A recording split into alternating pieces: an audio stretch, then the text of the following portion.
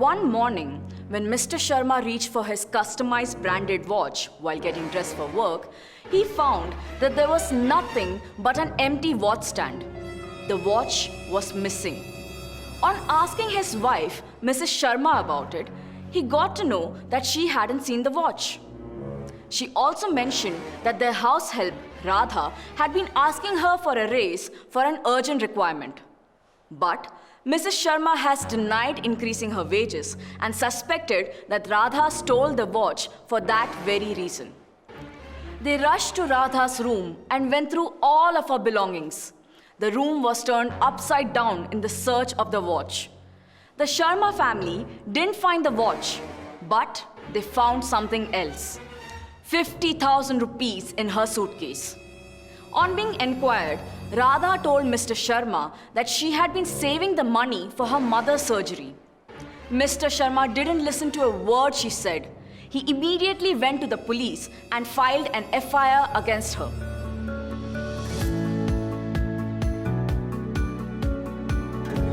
Whenever we encounter a crime, the police should be our first point of contact. A formal complaint needs to be filed at the police station. This is called a First Information Report or an FIR. An FIR mentions the date, time, and place at which the crime took place.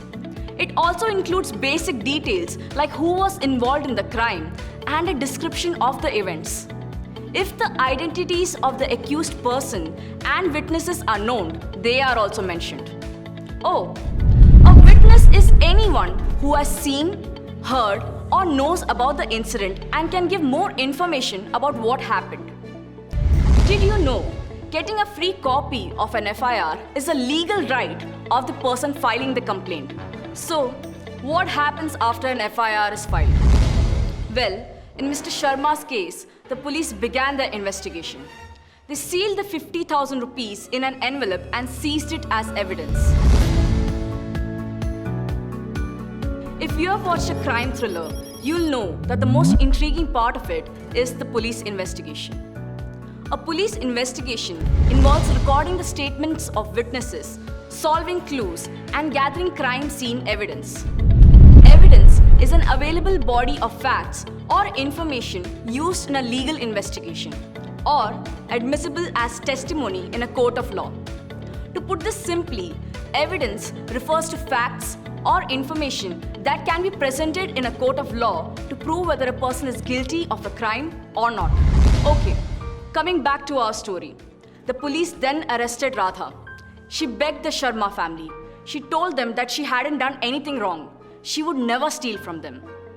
On the basis of the investigation and evidence collected, the police form an opinion of who is guilty of the crime. If they find any evidence that proves the guilt of the suspect, they arrest them and take them in custody. In Radha's case, after the police found the money in her suitcase, they immediately arrested her. There are two ways to go about an arrest. The first way is exactly what happened with Radha. A suspect can be arrested immediately after the FIR is filed for a cognizable offense.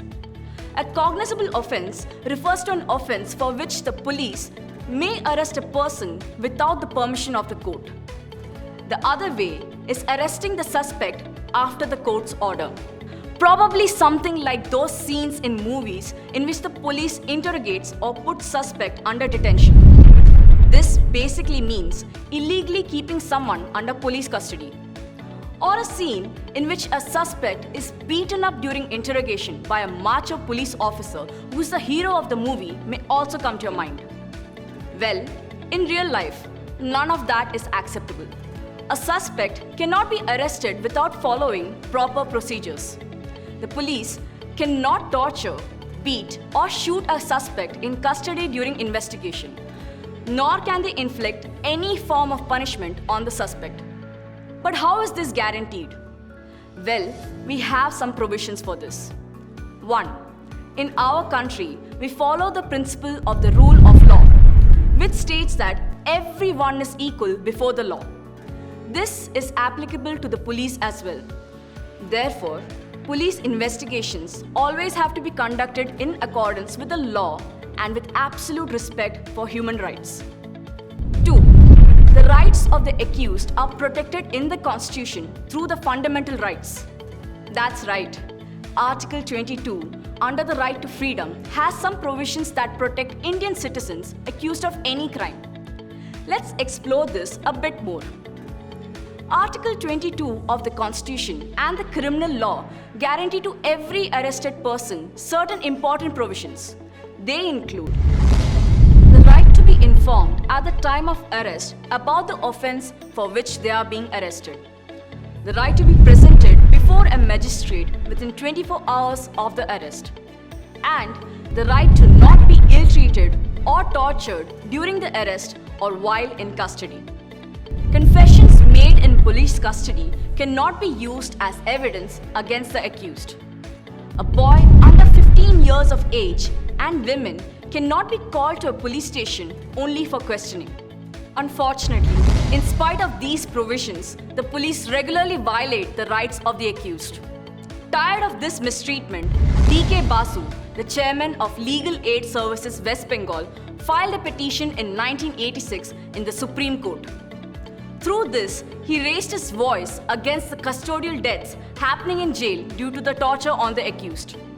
As an outcome of this case, the Supreme Court of India laid down specific guidelines that the police and other agencies have to follow for the arrest, detention, and interrogation of any person.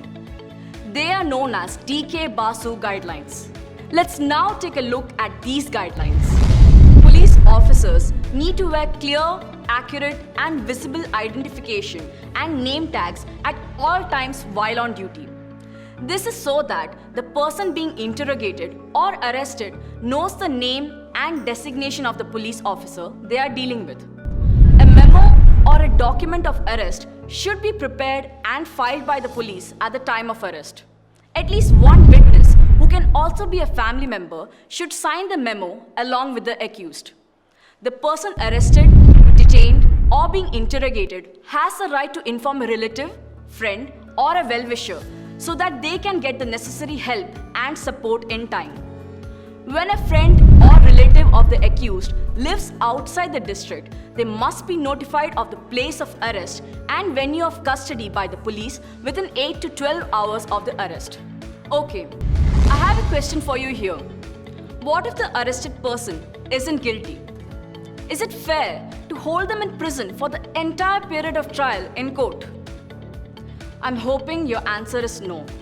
It is totally unfair for an innocent person to be kept behind bars based on suspicion alone. And that's exactly why we have the provision of bail. Bail is basically the temporary release of a person awaiting trial.